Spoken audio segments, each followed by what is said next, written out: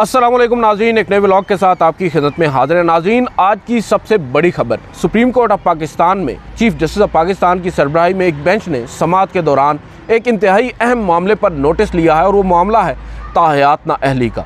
आपको मालूम ही है, एक तज़ाद पैदा हो चुका है सुप्रीम कोर्ट के उस बेंच के फ़ैसले का जिसने आर्टिकल 62(1)(f) के तहत जो नाअहली है उसको ताहयात करार दिया था, और दूसरी जानिब हाल ही में हमारी जो पार्लिमान है उसने एक सादा कानून साजी के ज़रिए एक तरमीम की थी इलेक्शन एक्ट के अंदर, और उस तरमीम में उन्होंने नाअहली की मुद्दत ताहयात से कम करके 5 साल कर दी थी। अब उस मामले के ऊपर chief justice of Pakistan justice Qazi Faez Isa ने नोटिस ले लिया, और ये नोटिस उन्होंने एक और मुकदमा जो ताहयात नाअहली से मुतल्लिक़ ही था मीर बादशाह कैसरानी का, उसमें नोटिस लिया है, और अटॉर्नी जनरल समेत तमाम एडवोकेट जनरल्स को नोटिस जारी कर दिए गए हैं, और मामला अब उस 3 रुकनी जजेस की कमेटी को भिजवा दिया गया है जो बेंचेस तश्कील देती है, और इस के ऊपर ये रेफ़र कर दिया है चीफ जस्टिस ऑफ पाकिस्तान ने कि लार्जर बेंच तश्कील दिया जाए, और जनवरी 2024 में उन्होंने अब ये वाज़ेह कर दिया है कि इसको समाअत के लिए मुकर्रर किया जाएगा। फिर यहाँ पर एक ऑब्ज़र्वेशन बड़ी अहम आई है अदालत की जानिब से कि मौजूदा जो केस है इसको इंतखाबात में ताख़ीर के आलाकार के तौर पर इस्तेमाल नहीं किया जाएगा, और इसका जो नोटिस है वो 2 अंग्रेज़ी के बड़े अखबारात में शाया किया जाए। अब क्योंकि मुकदमा था मीर बादशाह कैसरानी का, तो यहाँ पर जस्टिस अतर मिनल्ला ने एक सवाल किया कि मौजूदा केस के इंतखाबात से मौजूदा केस 2018 के इंतखाबात से मुताल्लिक़ है और अब नए इंतखाबात सर पर हैं, तो ये काबिल समाअत मामला कैसे है? तो वकील ने बताया कि मौजूदा केस का असर आइंदा इंतखाबात पर भी होगा। चीफ जस्टिस ने पूछा कि मीर बादशाह कैसरानी को नाअहल क्यों किया गया, और उस पर वकील ने बताया कि मीर बादशाह कैसरानी को जाली डिग्री की बुनियाद पर 2007 में नाअहल किया गया था। फिर यहाँ पर बताया उन्होंने कि हाई कोर्ट ने 2018 के इंतखाबात में मीर बादशाह को इंतखाबात लड़ने की इजाज़त दे दी और 62(1)(f) के तहत उनको नाअहल किया गया था। चीफ जस्टिस अतर मिनल्ला ने कहा कि इस केस से मौजूदा इंतखाबात मुतासर होंगे। अगर किसी की सज़ा, चीफ जस्टिस बोले, काजी फ़ाइज़ साहब बोले कि अगर किसी की सज़ा ख़त्म हो जाए तो ताहयात नाअहली कैसे बरकरार रह सकती है? अब आप मुकदमा बेशक हमारे सामने मीर बादशाह कैसरानी का है, मगर जहन में अगर आप नवाज़ शरीफ को रखें जिनको इसी आर्टिकल 62(1)(f) के तहत ताहयात नाअहल करार दिया है सुप्रीम कोर्ट ऑफ पाकिस्तान में, और फिर इन टिकट्स को आप पढ़ें तो आपको ज़्यादा समझने में आसानी होगी कि इस वक्त सुप्रीम कोर्ट क्या सोच रही है। फिर वकील ने यहाँ पर बताया कि झूठे बयान हल्फी पर कागजात नामजदगी जमा कराने वाले को नाअहल ही होना चाहिए। सुप्रीम कोर्ट ने 62(1)(f) की तशरीह पर पानामा केस पे फ़ैसला दे दिया था। चीफ जस्टिस ने कहा कि सुप्रीम कोर्ट की ताहयात नाअहली के मामले पर 2 आरा हैं। नैब केसेस में अगर ताहयात नाअहली की सज़ा सख्त है तो कत्ल की सूरत में कितनी नाअहली होगी? यहाँ पर चीफ जस्टिस ऑफ पाकिस्तान ये पूछने की कोशिश कर रहे हैं कि नैब केसेस में अगर ताहयात नाअहली की सख्त सज़ा दी जाती है तो फिर कत्ल की सूरत में कितनी नाअहली बनती है? वकील ने बताया कि कत्ल के जुर्म में सियासतदान की नाअहली 5 साल की होगी। जस्टिस अतर मिनल्ला ने कहा कि बच्चे के साथ ज़्यादती जैसे संगीन जुर्म की सज़ा भी 5 साल नाअहली है। चीफ जस्टिस ऑफ पाकिस्तान काजी फ़ाइज़ ईसा बोले, ताहयात नाअहली और आर्टिकल 62(1)(f) से मुताल्लिक़ कोई नया कानून भी आ चुका है? ये इस्तफसार किया है चीफ जस्टिस काजी फ़ाइज़ ईसा ने। वकील ने बताया कि हाल ही में इलेक्शन एक्ट में तरमीम करके नाअहली की ज़्यादा से ज़्यादा मुद्दत 5 साल कर दी गई है। उस पर जस्टिस अतर मिनल्ला ने कहा कि इलेक्शन एक्ट में तरमीम करके पार्लिमान सुप्रीम कोर्ट के फ़ैसले का असर ख़त्म कर सकती है। ये बड़ी अहम ऑब्ज़र्वेशन है। इलेक्शन एक्ट, उन्होंने मज़ीद कहा कि इलेक्शन एक्ट में सेक्शन 232 शामिल करके सुप्रीम कोर्ट का जो 62(1)(f) का फ़ैसला है वो गैर मौसर हो चुका है। इलेक्शन एक्ट में तरमीम किसी ने चैलेंज नहीं की, ये चीफ जस्टिस ने कहा। और ये बात बड़ी इंटरेस्टिंग है कि एक जानिब चीफ जस्टिस ये पूछ रहे हैं कि ताहयात नाअहली और आर्टिकल 62(1)(f) से मुतल्लिक़ क्या कोई नया कानून बना है, और फिर यहाँ पर वो ख़ुद बता रहे हैं कि इलेक्शन एक्ट में तरमीम किसी ने अभी तक चैलेंज भी नहीं की। फिर आगे चीफ जस्टिस कह रहे हैं कि जब इलेक्शन एक्ट में तरमीम चैलेंज नहीं हुई तो दूसरा फरीक इस पर इन्हिसार करेगा कि किसी ने चैलेंज नहीं की, तो अब उसको किस तरह आप सेटिसाइड कर सकते हैं। फिर चीफ जस्टिस ने कहा कि इलेक्शन एक्ट में आर्टिकल 232 शामिल करने से तो ताहयात नाअहली का तस्वुर ख़त्म हो गया है। इंतखाबात सर पर हैं रिटर्निंग अफसर, इलेक्शन ट्रिब्यूनल और अदालतें इस मखमसे में रहेंगी कि इलेक्शन एक्ट पर इन्हिसार करें या सुप्रीम कोर्ट के फैसले पर। इलेक्शन यहाँ पर जस्टिस अतर मिल्ला ने कहा कि इलेक्शन एक्ट का जो इतलाक़ है वो मौजूदा इंतखाबात पर होगा, यानी जो नाअहली है वो 5 साल होगी। और फिर जस्टिस अतर मिल्ला ने मजीद कहा कि इलेक्शन एक्ट में सेक्शन 232 की शमूलियत के बाद ताहयात नाअहली से मुतालिक तमाम फैसले गैर मौसर हो चुके हैं। यानी जस्टिस उमर अता बंदयाल की सरबराही में उस बेंच का फ़ैसला जिसने ताहयात नाअहली का फ़ैसला सुनाया था या आर्टिकल 62(1)(f) के तहत जो नाअहली है उसकी मुद्दत को ताहयात करार दिया था, अब हमारे जस्टिस अतर मिल्ला साहब कह रहे हैं कि 232 की जो शमूलियत है, जो इलेक्शन एक्ट में तरमीम की है PDM की हुकूमत ने, उस तरमीम के बाद अब ताहयात नाअहली से मुतालिक तमाम जो फ़ैसले हैं वो गैर मौसर हो चुके हैं। वकील ने बताया कि जो दरख्वास्त गुजार हैं उनके केसरानी साहब 2007 के इंतखाबात में ग्रेजुएशन की जाली डिग्री पर नाअहल हुए थे और आम इंतखाबात में मीर बादशाह केसरानी ने मैट्रिक की 2018 बुनियाद पर कागजात नामजदगी जमा करवाए। खैर, यहाँ पर दरख्वास्त गुजार का मामला है, हम थोड़ा सा आगे चलते हैं। एक मौके के ऊपर वकील ने यह कहा कि सुप्रीम कोर्ट हाई कोर्ट को हुक्म दे कि अपील पर फैसला करे, क्योंकि उनकी अपील वहाँ पर पेंडिंग है। चीफ जस्टिस ने कहा कि सुप्रीम कोर्ट हाई कोर्ट को जज को हुक्म नहीं दे सकती, हम हाई कोर्ट पर मॉनिटरिंग जज नहीं बैठे हुए। अब ये मॉनिटरिंग जज का शायद जिक्र इस वजह से हुआ कि जस्टिस इजाज़ुल एहसन को मॉनिटरिंग जज लगाया गया था पानामा केस में। फिर चीफ जस्टिस ने कहा कि हम हाई कोर्ट में ज़ेर इल्तवा अपील के मामले पर नहीं, आइनी मामले पर फैसला करेंगे। आर्टिकल 63(1)(g) में पाकिस्तान की तबाही करने वाले की नाअहली 5 साल है। आर्टिकल 63(1)(h) में इखलाकी जराइम पर नाअहली 3 साल है।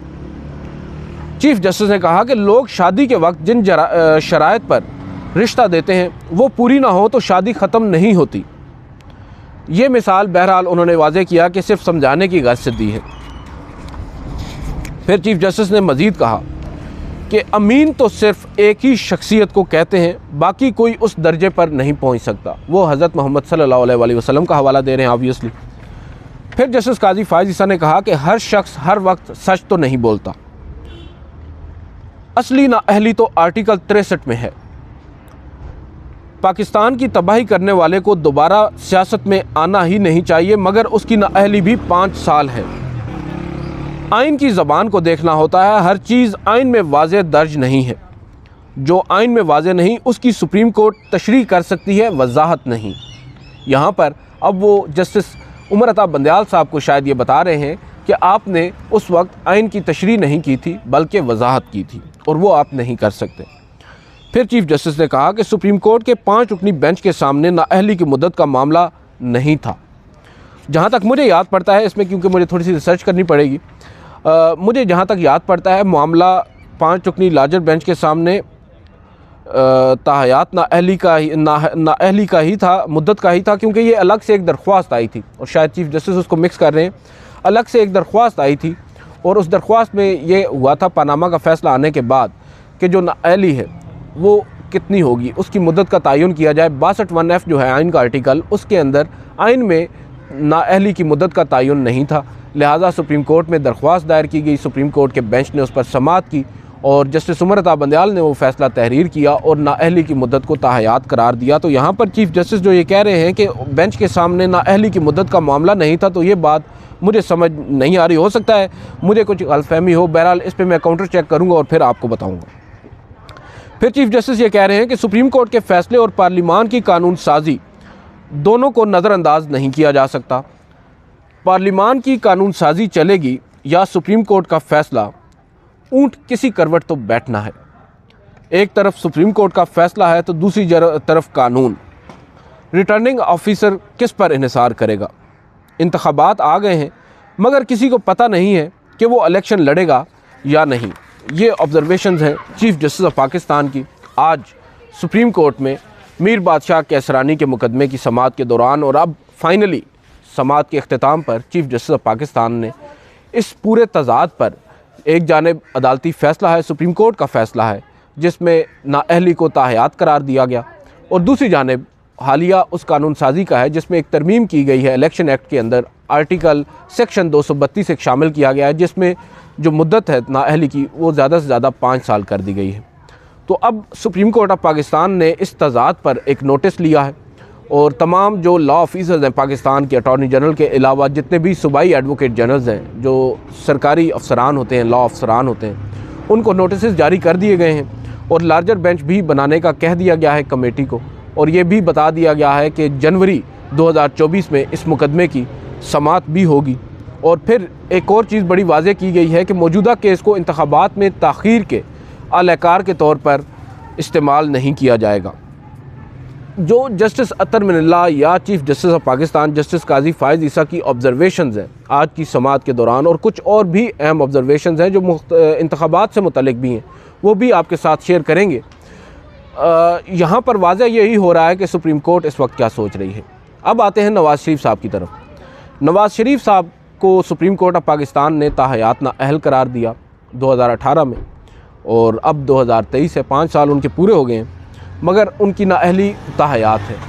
और इस ताहयात नाअहली को ख़त्म करने के लिए जब PDM हुकूमत में आई, इमरान खान साहब को वोट ऑफ नो कॉन्फिडेंस के ज़रिए जब उस वक्त की इस्टेब्लिशमेंट और हुकूमत ने मिलकर निकाल बाहर किया, और बेशक वो एक आइनी तरीका था मगर उसके महरक़ात कुछ मुख्तलिफ थे। बहरहाल जो भी हुआ वो हो गया। इमरान खान साहब चले गए, PDM की हुकूमत आई, तकरीबन 12 जमाती इत्तेहाद आया हुकूमत में, और उन सब ने एक मिलकर तरमीम ये की कि जो नाअहली है वो अब 5 साल होगी 62(1)(f) के अंदर। इस पर दिलचस्प बात यह है कि कोई भी अपील या कोई भी दरख्वास्त सुप्रीम कोर्ट में नहीं आई कि सुप्रीम कोर्ट का एक फ़ैसला मौजूद है जिसमें ताहयात नाअहली करार दी गई है, उसके बावजूद ये कानून बनाया जा रहा है। तो इस पर वजाहत होनी चाहिए।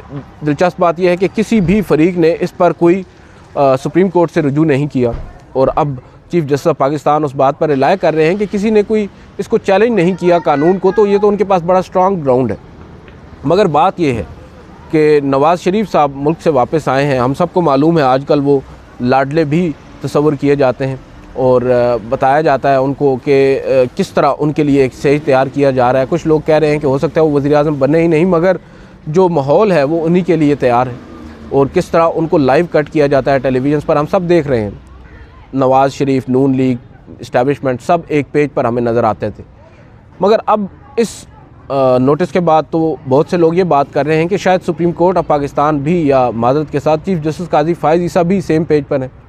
मगर अभी कुछ कहना कबल अज़ वक्त है, हतमी फ़ैसला नहीं आया, और जहाँ तक ऑब्जर्वेशन है उनसे तो पता चल रहा है कि फ़ैसला क्या होगा। अब बेंच कौन सा बनेगा, ये भी बड़ा एक इम्पॉर्टेंट सवाल है कि इस केस पर कौन सा बेंच बनाया जाएगा। बज़ाहिर तो नज़र यही आ रहा है कि नवाज़ शरीफ साहब के रास्ते में एक जो रुकावट हायल थी वो हटाने की तैयारी कर ली गई है, और अब नवाज़ शरीफ साहब की जो ताहयात नाअहली है वो ख़त्म हो जाएगी। वो तलवार भी जो लटक रही थी वो अब हट जाएगी और वो इंतखाबात में हिस्सा ले सकेंगे। अब मैं ज़रा इसके ऊपर बहुत से लोग कहते हैं कि अपना तज्ज़िया भी दें ख़बर से ज़्यादा, तो मेरा जो इसमें अंडरस्टैंडिंग है, हो सकता है आप में से अक्सर मेरी राय से इत्तफाक ना करते हूँ, मगर मैं ये समझता हूँ कि जो फ़ैसला उस वक्त इन द फर्स्ट प्लेस दिया था सुप्रीम कोर्ट ऑफ पाकिस्तान ने, वो फ़ैसला मैं कभी भी उसको इंडोर्स तो नहीं करूँगा कि वो फ़ैसला दुरुस्त था। मैं आज भी यही समझता हूँ कि वो फ़ैसला दुरुस्त नहीं था, ताहयात नाअहली बनती नहीं है। हैविंग सेड दैट, वो फ़ैसला दुरुस्त था या नहीं था, वो फ़ैसला इन फील्ड था, यानी वो सुप्रीम कोर्ट का एक फ़ैसला था, 5 रुकनी लार्जर बेंच का फ़ैसला था। उसको आप सादा कानून साजी से किस तरह गैर मौसर कर सकते हैं, ये बात मेरी समझ से बालातर है।